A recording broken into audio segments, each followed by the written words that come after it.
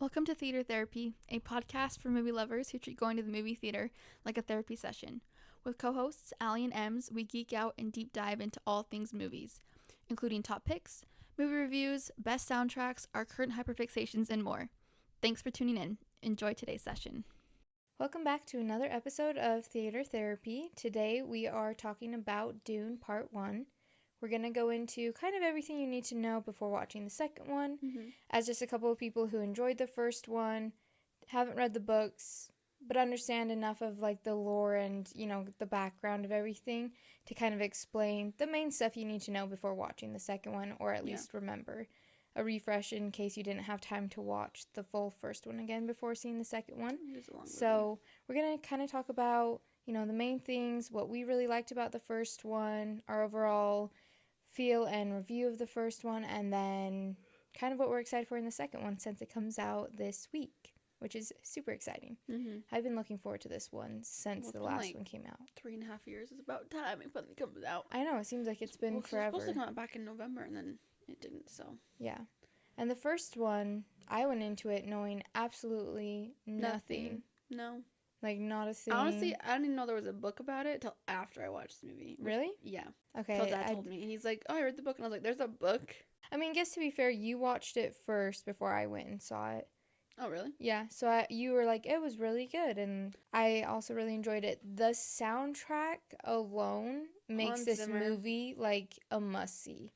Hans Zimmer is just magical. Yeah. I mean, if you take out, like, literally the plot, everything, just like what they did with the sound in this movie, that's like the number one thing I remember about the movie. Oh yeah, was the music. That's like my biggest takeaway. Like, just like nothing beats how like just honestly, amazing about, and crazy. Like Star Wars is good, and like Indiana Jones is good, and like all these other big movies are good soundtracks, but like Dune is like a whole different thing. Like, it really is. Like, it's in its own realm for, like, the sound. I mean, if you listen to him talk about how he created the sound and, like, go into the behind the scenes of how they did all that, I mean, they were, like, it's crazy. Making instruments and figuring out how to use instruments in different ways. And they put a microphone under the sand to, like, hear different, things from how that works and, like, how sound travels under sand. Things like that. And, like, incorporated all of that into the movie soundtrack, like, is insanity. Like, I don't even, like, my mind cannot comprehend how they were able to come up with that and make it sound good and do it on such a large scale for a full 3-hour movie, make it so amazing. Like, I cannot get over. People are so talented. I know. I could probably talk all day about how amazing the sound is in that movie. It's pretty unreal. I'm so excited for the new one because of that. Yeah. Because, like, the first, like, soundtrack, like, was so good. Like, how do you, like build on that? Not necessarily, like, top it, but, like, build on it. Because, like, it's a part 2, right? So you want it to, like, have things carrying over, but also kind of have some new stuff. Because, obviously, we're going to be meeting new people, having very different things happen. Because the first one kind of sets up the war that's about to happen. Right. And so, like, there's going to be some bigger things, which is crazy to think about because it already has a lot of big stuff that happens. So for bigger stuff that's gonna happen, and it's like, how do they even like I don't know, like, it's gonna be so interesting to see because I just know it's gonna be good. I know. And in theater, like, if you're gonna go to one movie this year, you should go to Dune. Go to Dune, because that's one that's like, it's made to be seen, and people are always saying that nowadays. Oh, this is made for the movies. Ever since COVID, and it bugs me. But no, like, this is one that's like, it's actually made to be seen in a movie theater. Oh, yeah. With the sound system on the big screen, like, you just, nothing tops it. Like, there's especially what I love about this movie is that they didn't, like, if you watch any behind the scenes stuff, or like even if you just know that they filmed everything over in, like, Budapest, West Jordan, all those places that they filmed, they did a lot of practical effects and practical filming. Like, they didn't use a lot of green screen. Yeah. Like, they literally were out in the desert, like, filming stuff, which is just crazy to me. I love that, because a lot of movies nowadays, Marvel, is just straight green screen. And so it just looks, it doesn't feel either, like, as real. Yeah, because when you're filming somewhere else and you have that, like, actual depth of a real life landscape, it feels bigger and it feels better. So I love that. Well, yeah. Something I love about this movie too is that they don't take shortcuts on. Yeah, the cinematography stuff alone in this movie, phenomenal. Yeah. It is like a beautiful movie. Amazing scenes, amazing set. Costuming, chef's kiss. Yeah, like it's just done. I want to wear one of their suits. They look so cool. I know they look so cool. Like I would totally wear one of those. Like yeah, or like one of her like fancy dresses. When Lady Jessica's like she just looks so sick. I'm like okay, cool. Yeah. So and then like that's not even touching the cast. The cast for this movie is phenomenal. You have like a ton of very well-known people, ton of big names, just amazing, amazing actors and actresses that just in the first one and then, make the movie so good. And then not even like going into part 2, if you've seen the trailer, they've added a lot of really big names to the cast for part 2 as well, which I'm so excited about. Like, and so it's just like very few movies nowadays can actually do what they're doing. Yeah, and do it well. Yeah, because everybody's kind of gotten lazy. So. Agreed, yeah. But yeah, so let's jump into like the plot line though, and like kind of what everybody needs to remember, because if you haven't read the book or you haven't seen the movie for a while, it is kind of like, oh, like there's some stuff you probably should like remember that happened. Like it's a heavy content, like well, since lots it's of world fantasy, building. It's like it's not fantasy, it's sci-fi. I guess sci-fi. Yeah, sorry. And this is like set in our future, like tens of thousands of years in our future. Well, like I think the year was like 10191, which was really interesting because I didn't get that the first time I watched it.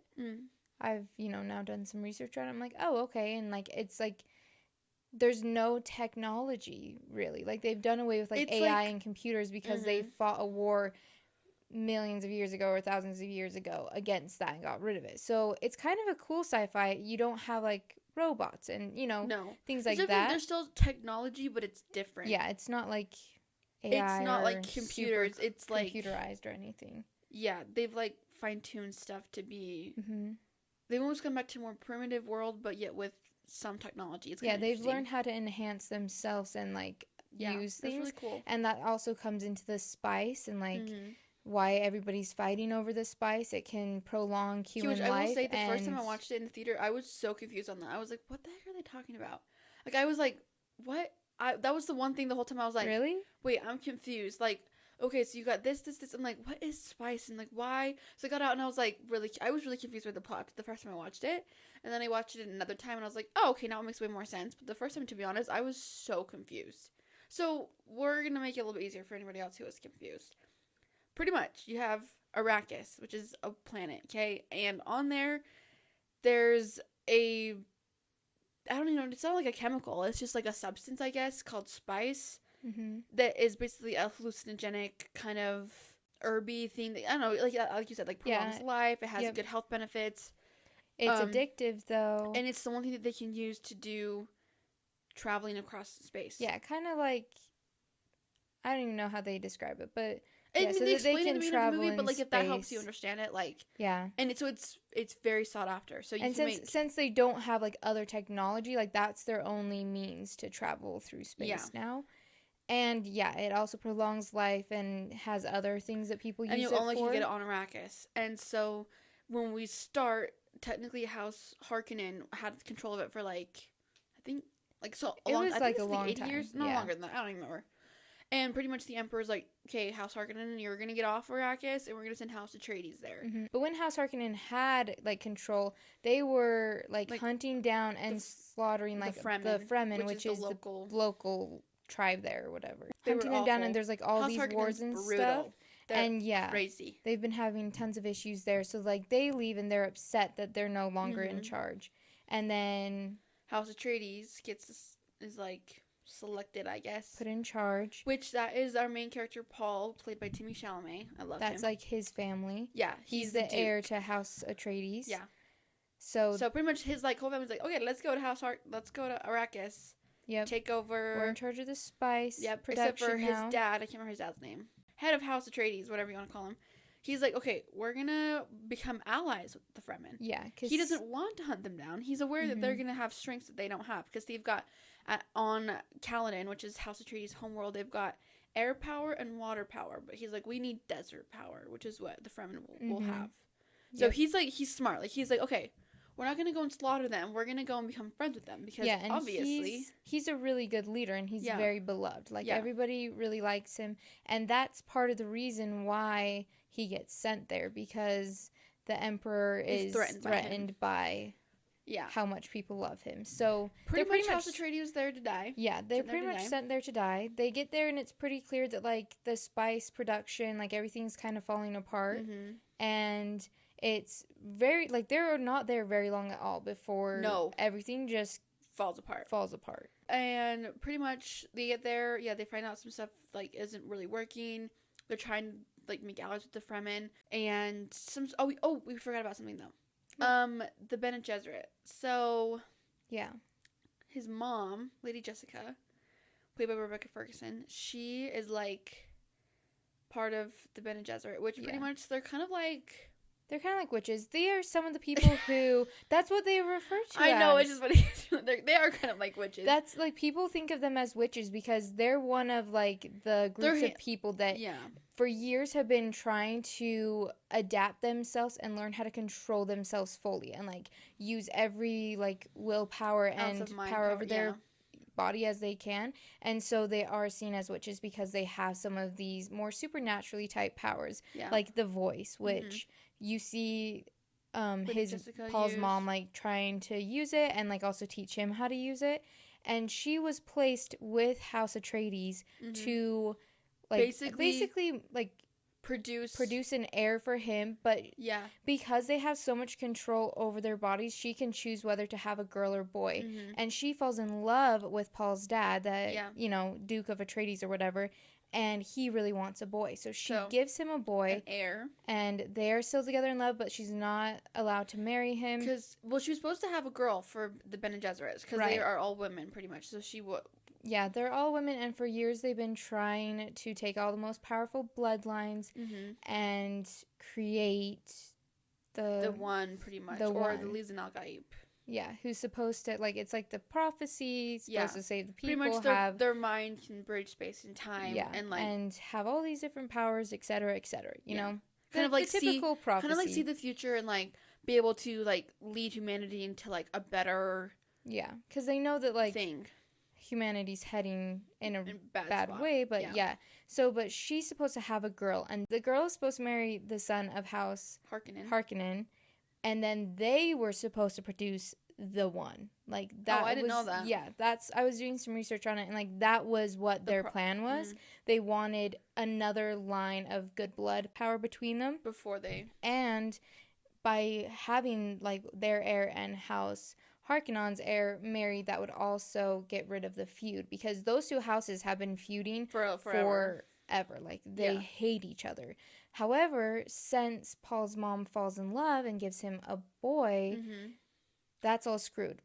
And they would have killed Paul, but they're kind of like intrigued. They test him because like in the movie you see the Bene Gesserit come to Kaladin before they leave to Arrakis, and the leader kind of tests Paul, and that's that scene where he has his hand in the box. She's got a deadly like toxin next to his neck, and she's like, if you remove your hand, you'll be dead, pretty much.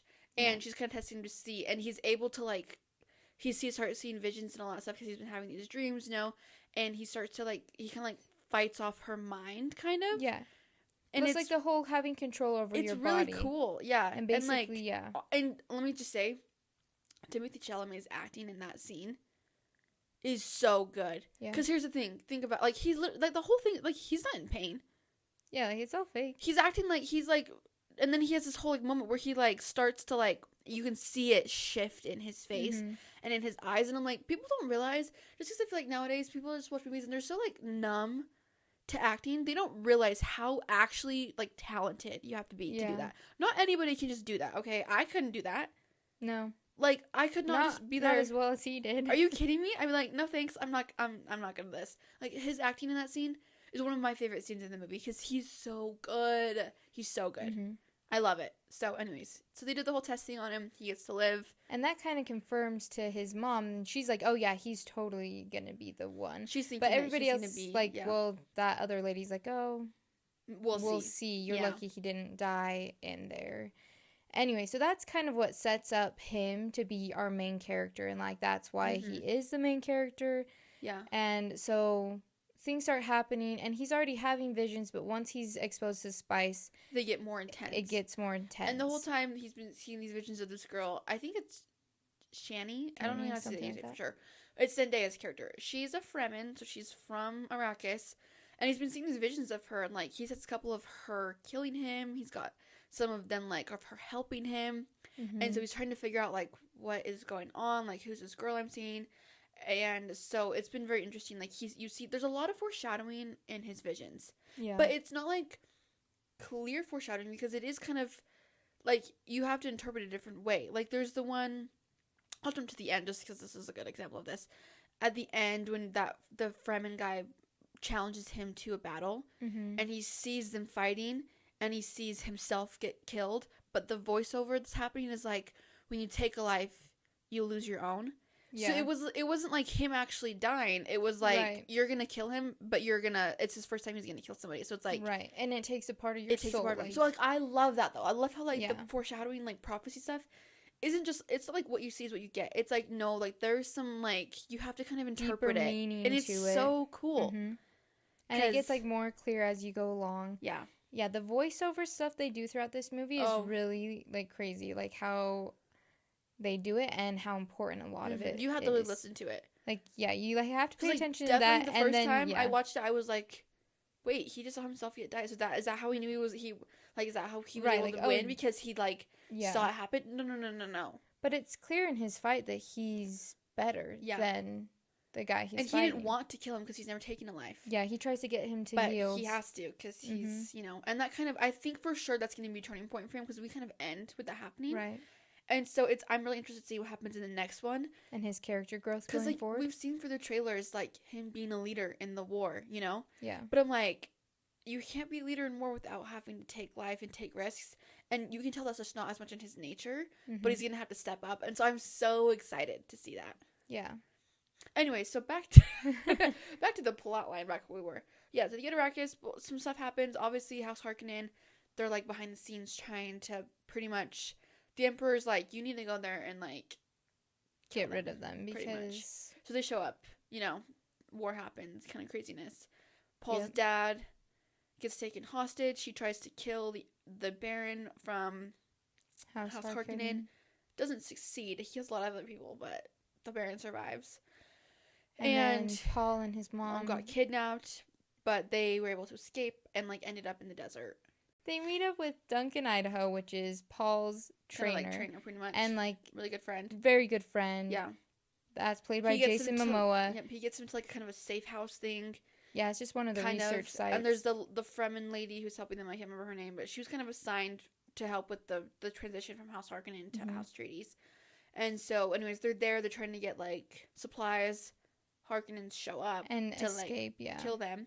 And that's when Duncan gets killed, which Paul saw that in a vision. He saw that in a vision, which even warned him about it. For him, that was probably even more of a moment of like, oh my gosh, what I'm seeing is actually happening though. Yeah. Because like, I feel like all the stuff he saw was more small up until then. Like, he didn't really see like anything major. Right. And it's like weird glimpses. Because like he hadn't seen the girl in real life, right? So like he's seen her in his dreams, but like he hasn't actually met her. So like, what does it mean exactly? Or like he's had some other small things, but like nothing as profound as him seeing one of his best friends die.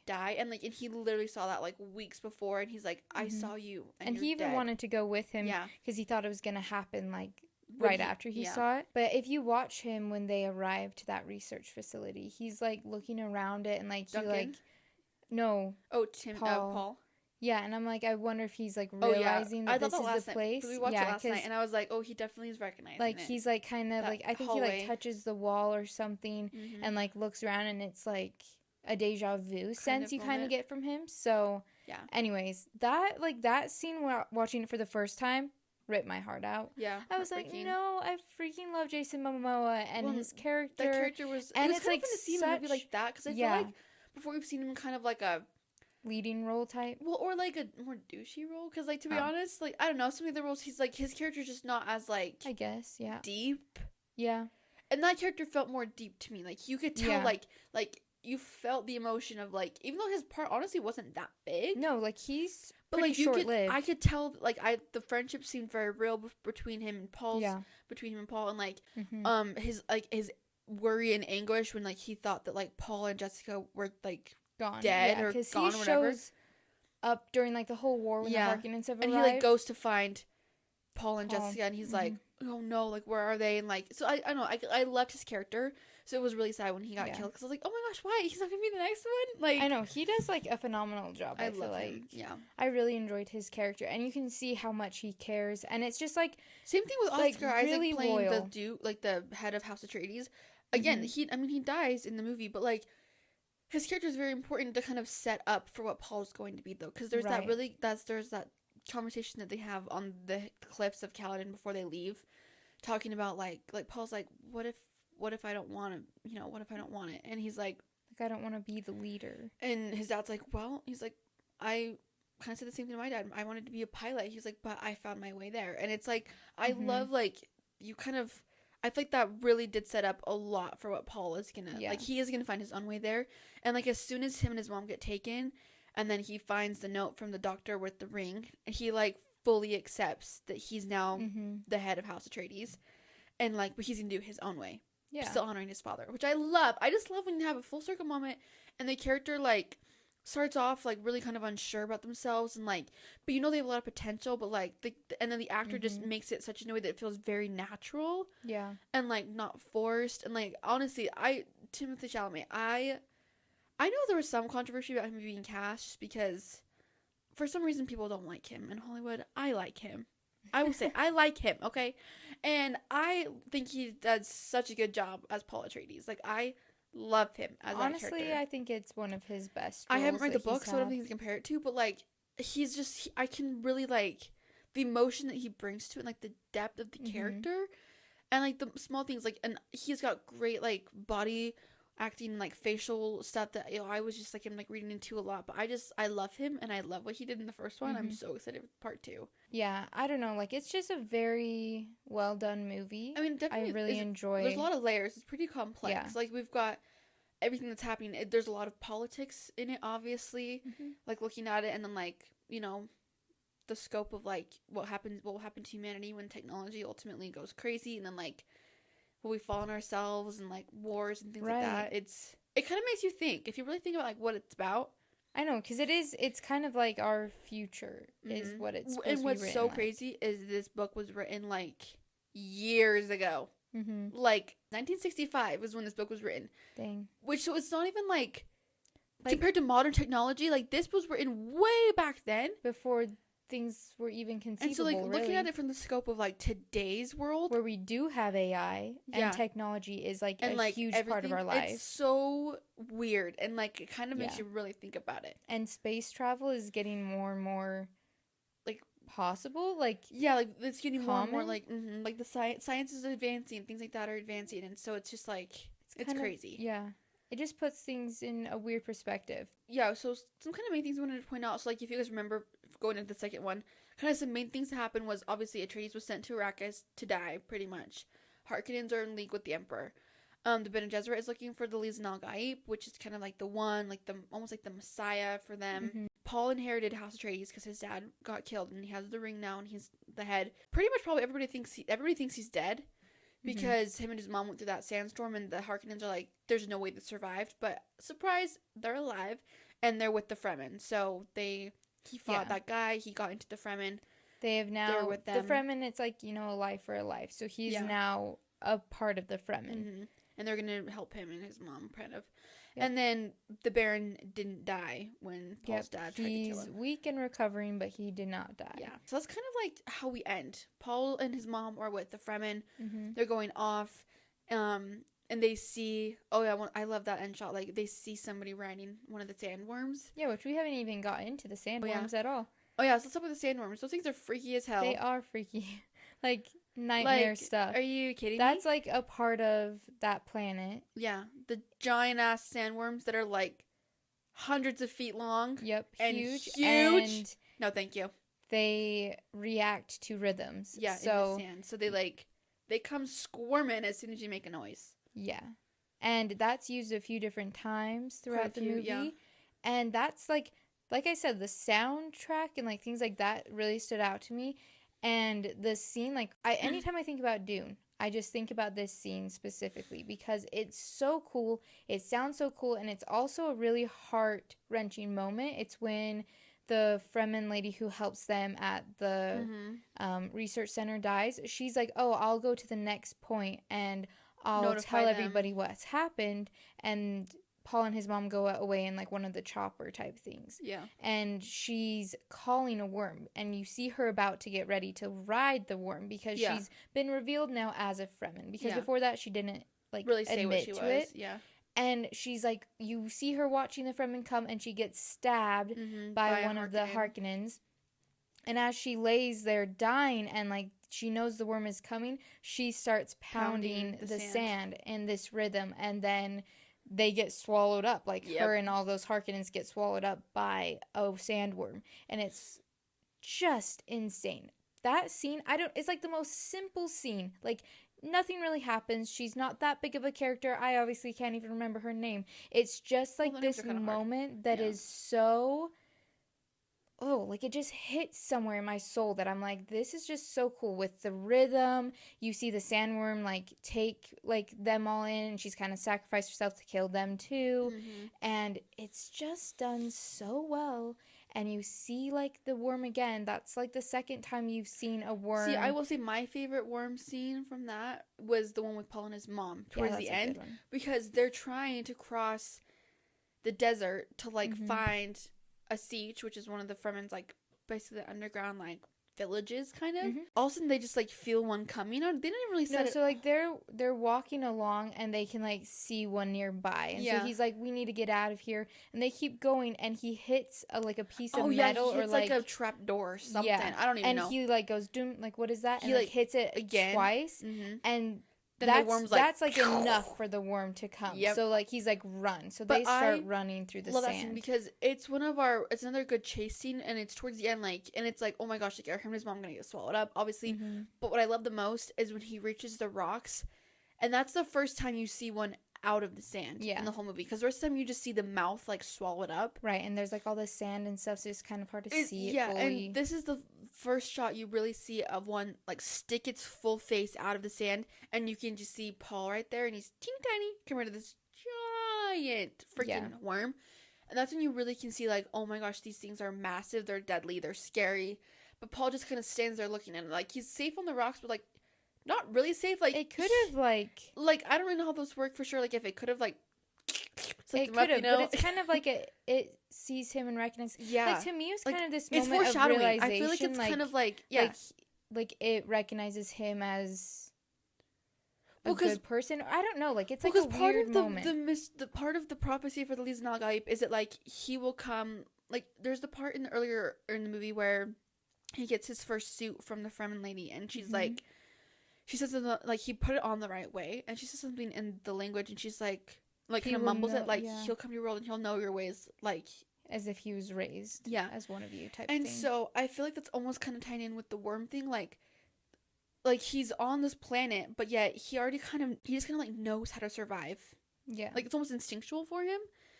And so I feel like that shot of him against the worm is kind of foreshadowing in a really cool way of like he's gonna be able to like ride one of them. Like I already know, like he's gonna be like he's gonna be in control. Like he's gonna be able to like be kind of a leader, like the one, you know. Because part of the thing too is I think we forgot to talk about this. When him and his mom get rescued, and they're talking in that safe house with the Fremen lady. I can't remember her name. I know, I'll look it up while you talk. They're talking about. She's like, you realize that House Atreides was sent here to be murdered by the Harkonnens, and he's like. Blah, blah, blah. He says something, I don't even remember everything that they talk about, but pretty much he's like, well, then I need to challenge the Emperor. He's like, because if I'm in control, he goes, then the Fremen will never be hunted. He goes, I can protect you guys. Pretty much he's like, I'm gonna make a play for power here.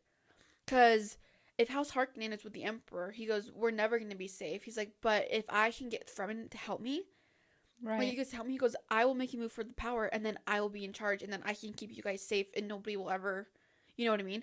And so it's like, he's already, like, ready to go. He's like, okay, I need to freaking make a power play here soon.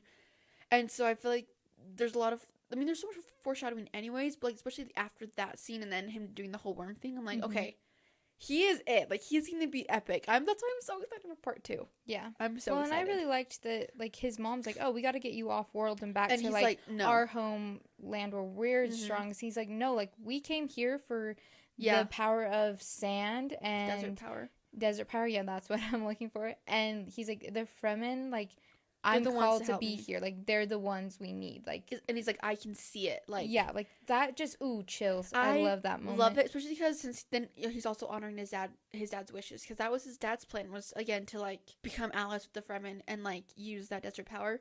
And so he's not just gonna give up just because they came and they're trying to do that, right? And because things have gotten a bit I love that. Again, I love how strong he's becoming, and I'm so excited. Anyways, the Fremen lady we've discussed for the last few minutes, her name is Dr. Liette Kynes. It was Dr. something. I don't know how Kynes. Is that how you say it? Because it's right. Kynes. Kynes. We might be saying that wrong. I don't know. The names in this movie, it's one are of those hard. Ones where okay. They're hard for you just us, try your our best. Mountain accents, okay? But yeah, she's a very cool, powerful character, and then she dies. Yeah. That makes me so sad. Anyway, so we are going to be going to watch Dune Part 2 in the theater this week when it comes out.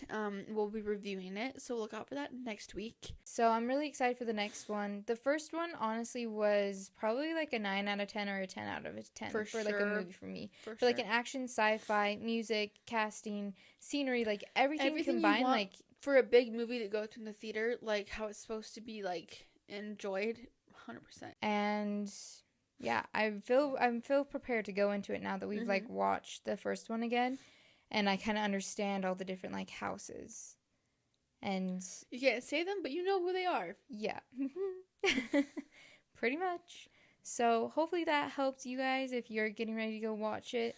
This is obviously just like a little like kind of refresher. Our breakdown of it. Yeah. So yeah, as always, you can find us on TikTok, Instagram, Spotify, everywhere. YouTube, everything's tagged down below. Yep. So listen, leave reviews, tell us what you're excited for in the next Dune. If you've seen the first one and are going to the second one, we'll be back next week with a review. And probably still freaking out over how awesome it is. Yeah.